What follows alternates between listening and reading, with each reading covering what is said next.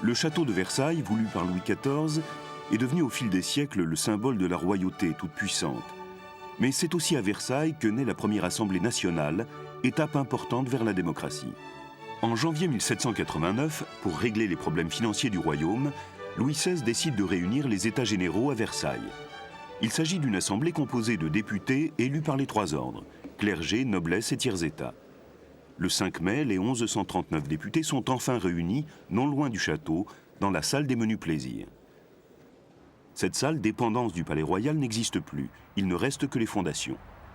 Il faut imaginer cette salle évidemment beaucoup plus grande que ces maigres vestiges que nous avons sous les yeux.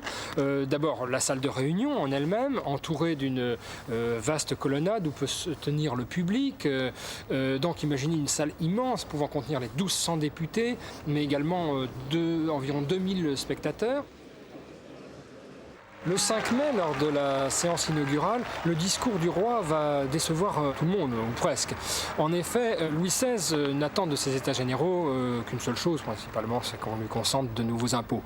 Et les députés, principalement les députés du tiers, eux, espèrent beaucoup plus des réformes, l'égalité devant l'impôt et pourquoi pas une constitution. En réaction, le tiers-État propose la réunion des trois ordres en une seule assemblée.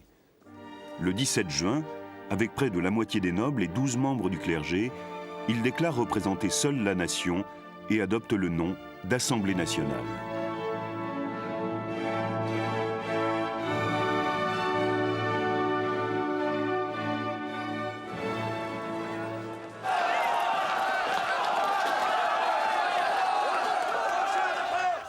Aujourd'hui, cette salle du jeu de paume qui jouxte le château existe toujours. Et elle a été transformée en musée pour évoquer la journée du 20 juin 1789. Dans cette salle, destinée sous l'Ancien Régime à un jeu de bal, les députés prêtent le serment de ne pas se séparer avant d'avoir donné à la France une constitution. Les choses se passent très vite en ce 20 juin 1789. En gros, entre 10h30 et 11h30 a lieu l'événement. La foule se bouscule un peu partout. Rappelons qu'il y a environ 3000 personnes, y compris les députés et les spectateurs, qui se bousculent dans les galeries et aussi bien même par les fenêtres. Les gens regardent par les fenêtres l'événement, ovationnent les députés. Enfin, tout cela se passe dans un grand enthousiasme. Dès lors, l'ensemble du clergé et de la noblesse rejoint le tiers-État dans cette nouvelle assemblée que l'on nomme constituante. Mais le souverain envisage de rétablir par la force la monarchie absolue.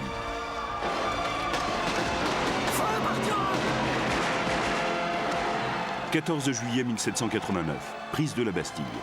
Le roi est obligé d'accepter les volontés du tiers-État. Très vite, la révolution s'étend à tout le royaume.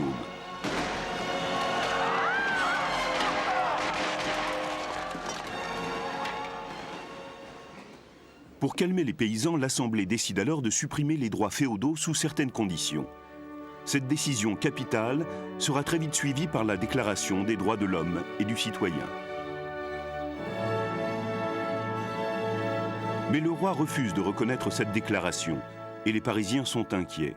On a dans la capitale de réels problèmes de subsistance, le pain est de plus en plus rare, de plus en plus cher, et on a cette idée du roi boulanger, du roi nourricier qui, par sa présence, va tout arranger. Mais il y a aussi un niveau d'interprétation politique, l'idée d'extraire le roi à l'influence néfaste de son entourage, de la cour, et de le mettre, lui et l'Assemblée, sous le contrôle de la population parisienne. Le 5 octobre 1789, la foule se rend à Versailles et passe la nuit devant le château. À l'aube du 6 octobre, des éléments de cette foule vont forcer les grilles de l'enceinte du palais du côté de la chapelle. Il va y avoir irruption d'éléments déchaînés qui se dirigent vers les appartements de la reine. Les gardes du corps vont être tués en essayant de la protéger. Et très vite, des mots d'ordre vont surgir de cette foule rassemblée dans la cour de marbre. Le roi à Paris. Et finalement, contraint et forcé, Louis XVI va accepter de se rendre avec sa famille dans la capitale, où il sera désormais, lui et l'Assemblée, qui le rejoindra quelques jours plus tard, sous le contrôle de la Révolution.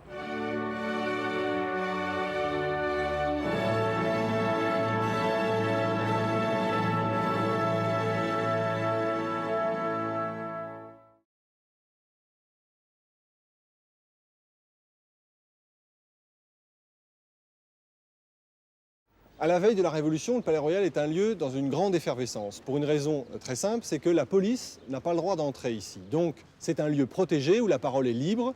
Ici, on vient refaire le monde, on discute politique, on met en cause le gouvernement royal, on insulte le roi et la reine tout à fait librement. Il y a véritablement ici une effervescence de la parole et du geste. Et c'est en juillet 1789 l'étincelle qui va mettre le feu à la Révolution française. Un certain Camille Desmoulins, à cet endroit précisément, devant ce qu'on appelait le Café de Foix, monte sur une chaise, il va parler à la foule, et puis tout d'un coup, il a une idée de génie, il prend une feuille dans un arbre, et il en fait un signe de ralliement, une sorte de cocarde pour les nouveaux révolutionnaires.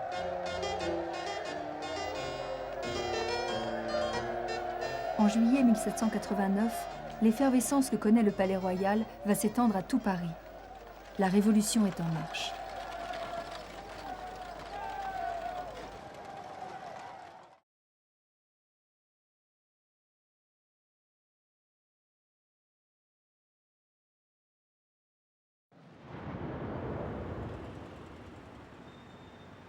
La place de la Bastille porte les traces du célèbre 14 juillet.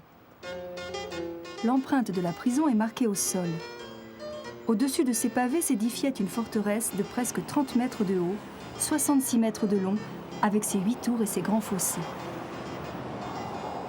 Ici, on voit une des tours de la Bastille, et à cet endroit se trouvait le pont-levis qui commandait l'accès de l'avant-cour directement dans la forteresse elle-même. Donc quand on est aujourd'hui place de la Bastille, qu'est-ce qui reste qui puisse nous évoquer la reddition de la Bastille? Il y a cette très belle maison Louis XVI, construite peu d'années avant l'attaque de la forteresse. Elle est aujourd'hui d'ailleurs protégée par les monuments historiques. Et de ces fenêtres, on peut imaginer les bourgeois qui l'ont fait construire, assistant médusés à la prise de cette forteresse qui était réputée imprenable. Les habitants actuels de cette maison ont devant eux une toute autre vue. Une place très animée dominée par le génie de la liberté. Retour vers le passé. En 1789, il n'y avait pas les tours modernes, ni la tour Eiffel. Bien sûr, les voitures n'existaient pas. Et les arbres n'étaient pas là. Les immeubles du 19e siècle n'étaient pas construits, les grands boulevards non plus. Pas plus que la colonne érigée après la Révolution de 1830. En revanche, la célèbre forteresse de la Bastille marquait la limite est de Paris.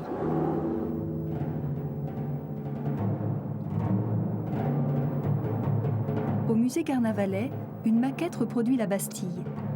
Elle a été taillée dans une pierre de cette forteresse, où le roi enfermait qui bon lui semblait, sans aucun jugement. La Bastille représentait alors le symbole de la tyrannie.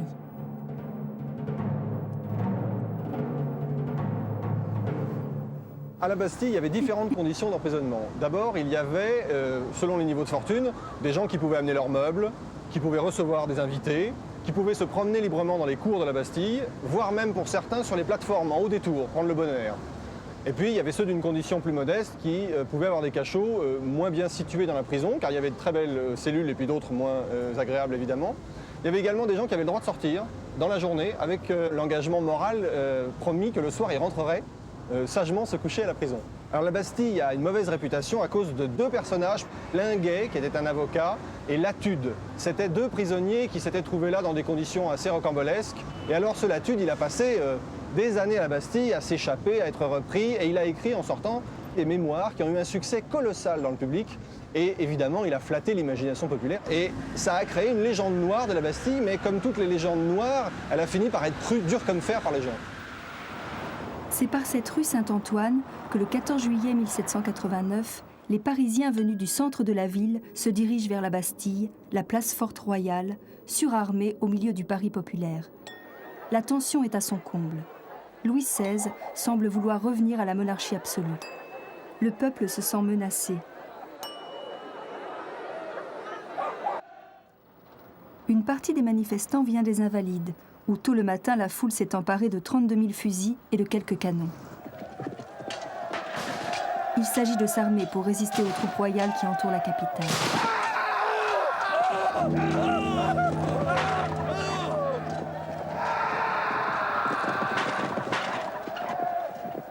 Depuis le 5 mai, les citoyens suivent avec passion la révolte de leurs députés contre le roi, à Versailles. 11 h du matin, rue Saint-Antoine. Les insurgés approchent de la Bastille. Ils ont des armes, il leur faut de la poudre. Ils savent que d'importantes munitions sont stockées dans la forteresse. La légende serait qu'ils sont arrivés et puis hop, la bagarre a tout de suite commencé. C'est pas tout à fait ça. Ça a duré longtemps, il y a eu des négociations. Il y avait le comité des électeurs de l'hôtel de ville qui étaient des bourgeois qui voulaient négocier parce qu'ils avaient peur aussi. Une forteresse de cette manière n'aurait pas pu tomber si elle ne s'était pas rendue. Le gouverneur avait de quoi faire sauter en baril de poudre toute la forteresse et tout le quartier qui allait avec. Donc il y avait vraiment là une impossibilité matérielle de cette prise de la Bastille. Donc c'est bien une capitulation à la suite vraisemblablement d'une défaillance du commandement. Le gouverneur, n'ayant pas d'ordre de sa hiérarchie, ne sachant pas quoi faire devant cette attaque inopinée. Et puis il faut se rappeler aussi l'ambiance révolutionnaire du Paris de l'époque. Ça a été une journée chaude, il faisait chaud, le canon a tonné, il y a eu des morts, et puis ça s'est terminé de façon tragique. Il y a eu une centaine de morts parmi les assaillants. Delaunay qui a eu la tête coupée, le prévôt des marchands de Paris qui a eu la tête coupée. Peu après commence la démolition de la forteresse par un citoyen patriote qui s'appelait Palois, qui n'avait pas oublié que la Révolution peut être synonyme de bonnes affaires et qui a été l'entrepreneur de la démolition et qui a fait une fortune sur la démolition de la Bastille, qu'il a vendue morceau par morceau, quasiment à la petite cuillère, il l'a démontée et il a eu cette idée de faire des milliers de petites Bastilles qui commercialement représentaient quelque chose et en même temps construisaient, en même temps qu'on détruisait la pierre, construisait le mythe. Légende ou réalité, la démolition de la Bastille est vécue comme une victoire sur la tyrannie. Et le 14 juillet demeure le jour où le pouvoir royal a reculé devant l'insurrection des Parisiens.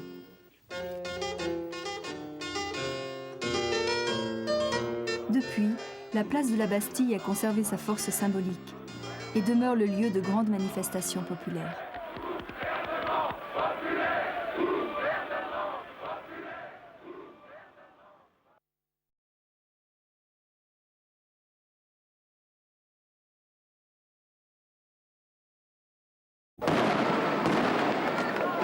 Cette place voit un feu d'artifice très important lors des cérémonies du mariage du dauphin et de Marie-Antoinette, le futur Louis XVI.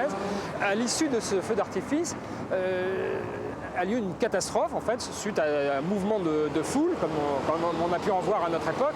Et ce mouvement de foule va faire que plus de 100 morts, environ 130 personnes périront étouffées. Et on peut dire que cette catastrophe augure mal du futur règne de Louis XVI. Ainsi, dès son origine, c'est le drame qui marque la place Louis XV. Mais avec la Révolution française, cette place va connaître de nouvelles violences.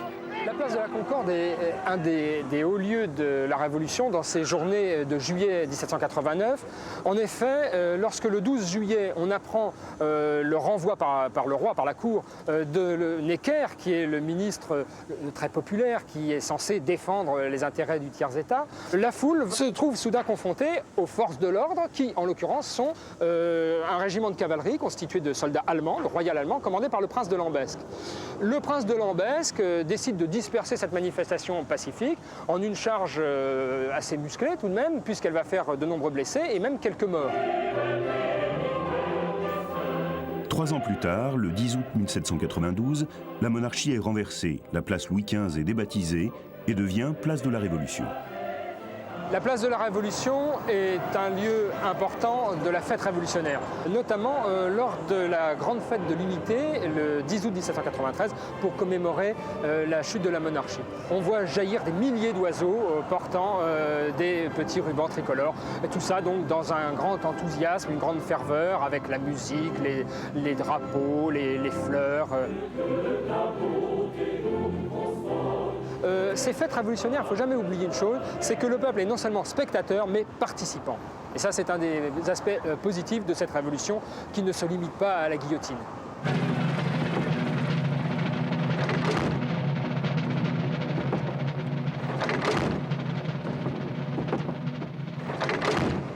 La place de la Concorde a été aussi un lieu de mise en scène de la mort pendant la Révolution, avec la présence de la guillotine entre mai 1793 et juin 1794. Il y a eu un certain nombre de morts célèbres qu'on peut évoquer. Le président de Malesherbes, qui avait été un opposant à la monarchie absolue avant la Révolution, et qui a eu le courage de défendre Louis XVI au moment de son procès, et qui, quelques mois plus tard, a été guillotiné. Montant les marches de l'échafaud, qui étaient très raides, il glisse, il manque de tomber, et à ce moment-là, très calmement, il déclare « mauvais présage, un Romain eût rebroussé chemin ». Ça vous donne une idée du cran, de la dignité de ces gens, hommes et femmes, qui savaient mourir.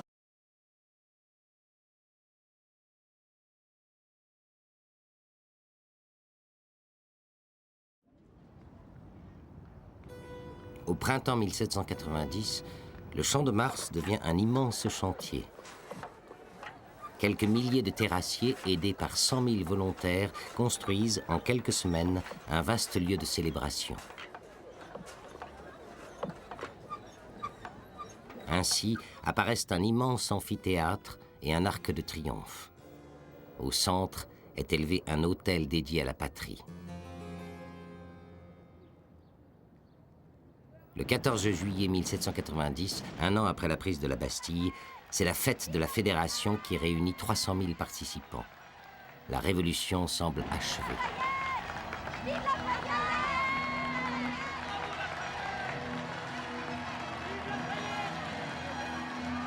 Comme pour la prise de la Bastille, il y a un mythe de la fête de la Fédération. D'abord un mythe de l'unanimité, ça ne s'est pas passé absolument comme ça. On a prié les aristocrates de ne pas trop être présents. Ils n'ont pas pu donner par exemple un coup de main lors de la grande journée des brouettes. Et puis le roi a prêté serment depuis son trône qui était près de l'école militaire et non pas sur l'autel de la patrie. Et puis il faut se rappeler aussi qu'à l'époque il y a des citoyens actifs et passifs, ceux qui ont le droit de voter, ceux qui n'ont pas le droit de voter, donc ça crée des dissensions. Après la fuite du roi et son retour à Paris, c'est encore au Champ de Mars qu'une pétition est signée le 17 juillet 1791 sur l'autel de la patrie. Elle demande la déchéance de Louis XVI, mais la garde nationale tire sur les pétitionnaires sur l'ordre de Bailly. Septembre 1793, la terreur est mise à l'ordre du jour. La guillotine est en action, place de la Révolution, place du trône renversé, place de la Bastille. Mais à l'automne 1793, c'est sur le Champ de Mars qu'on exécute Bailly, sur le lieu même où il avait donné l'ordre de tirer sur les pétitionnaires. Alors l'autel de la patrie, celui de 1790, se trouve exactement à cet emplacement, là où nous nous trouvons, et c'est ici que les révolutionnaires décident d'installer la guillotine pour exécuter Bailly, le maire de Paris, qu'on accuse d'avoir fait tirer sur le peuple en 1791. Alors il n'y a pas de hasard, hein, on cherche à mettre la guillotine à côté de l'endroit du forfait, du crime reproché, et en même temps, pas sur l'autel lui-même, parce qu'il ne faut pas que son sang vienne souiller l'autel de la patrie, mais juste à côté pour qu'il se rappelle l'endroit de l'exécution. Et cette exécution se tient dans un mois froid, le mois de novembre 1793. Bailly tremble, alors le bourreau lui dit « Tu trembles, Bailly ?» Et il répond « De froid, pas de peur, bien sûr. » C'est de nouveau sur le Champ de Mars que se tient une des dernières fêtes de la Révolution, celle de l'être suprême. La mise en scène est confiée à David, qui organise l'espace où sont élevés différents symboles imaginés par Robespierre. Cette fête a lieu au mois de juin, le jour de la Pentecôte. Elle rencontre un grand succès auprès des Parisiens, mais suscite la haine de certains députés contre Robespierre.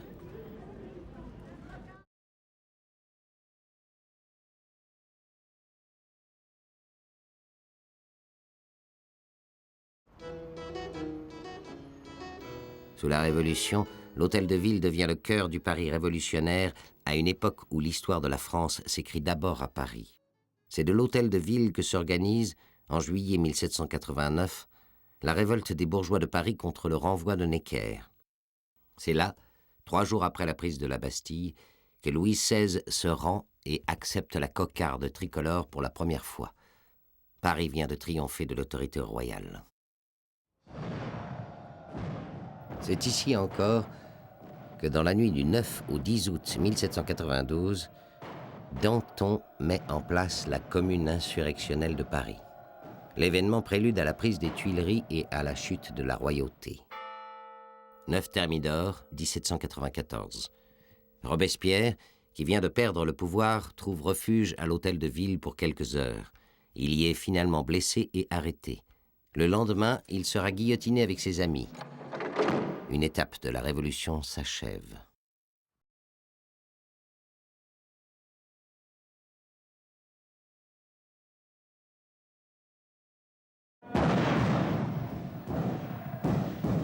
Avec la Révolution française, les idées des Lumières s'imposent. Pour la première fois, on parle de transformer le bâtiment en temple de la patrie pour célébrer la mémoire des grands hommes de la liberté française. En 1791, à la mort de Mirabeau, l'Assemblée transforme officiellement le monument en un mausolée, le Panthéon. L'appropriation par l'Assemblée nationale de l'église Sainte-Geneviève transformée en Panthéon a un sens antireligieux très fort dans la mesure où l'église est débaptisée, devient Panthéon, où elle est laïcisée et où de grands adversaires de la religion comme les philosophes Voltaire et Rousseau rentrent au Panthéon. Et c'est d'autant plus fort au moment de la déchristianisation de l'an 2, lorsqu'on s'aperçoit par exemple que les reliques de Sainte-Geneviève sont jetées à la Seine et qu'elles sont remplacées par Marat, qui est l'un des plus grands déchristianisateurs. Ainsi, le 11 juillet 1792, les cendres de Voltaire sont amenées triomphalement dans l'ancienne église Sainte-Geneviève. Déposées dans la crypte, elles sont rejointes 2 ans plus tard par celle de son illustre ennemi, Jean-Jacques Rousseau. Mais pour certains panthéonisés, le repos éternel est de courte durée. Les premiers panthéonisés, les révolutionnaires, ont eu des sorts délicats. Mirabeau en particulier est sorti assez rapidement après son entrée, dans la mesure où on a découvert qu'il était corrompu, qu'il avait trahi et qu'il s'était compromis avec le roi. Bizarrement, il a été remplacé par Marat pratiquement le même jour, et le sort de Marat a été encore plus rapide, dans la mesure où Marat est resté 6 mois seulement au Panthéon.